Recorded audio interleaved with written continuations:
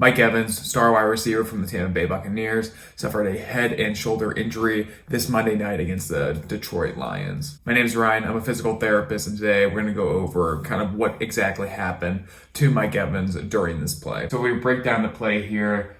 We see that as Mike Evans is attempting to catch that ball, he starts to land directly on that right shoulder here. That's going to apply a force that will later cause a certain injury that we'll talk about.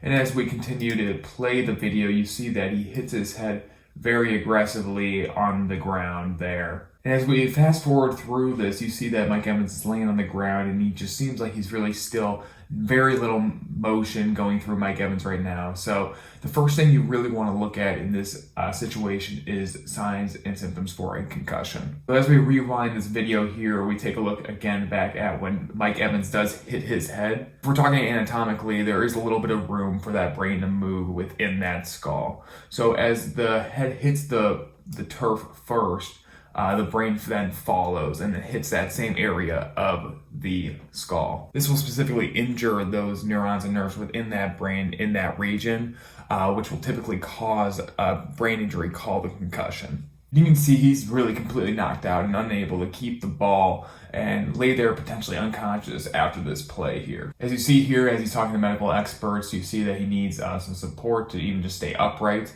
and just showing how unstable he is at this moment. So I'm kind of surprised that they did not grab him a stretcher immediately after kind of seeing how he was acting after this play. So before the head was injured, we do see that the shoulder was susceptible to a mechanism of injury here, as you see that lateral right shoulder hit the ground very forcefully. This type of incident here is going to allow a lot of force going through that shoulder joint. We have a lot of anatomy that can be injured or comparable when this sort of action or mechanism happens. So after Mike Evans did leave the game, we were later able to confirm that there was a clavicle fracture. The clavicle is located just here between the sternum, seen here, as well as the acromion of the scapula, as seen over here. The main purpose of the clavicle is to allow a connection between the arm and the rest of the body. So it plays a vital role in our ability to even move our upper extremity and freely move it to whatever position we need it. So back to that mechanism of injury for Mike Evans, he did fall directly on that lateral part of the shoulder. This applied a direct compression force through the shoulder and through that clavicle there, causing it to fracture.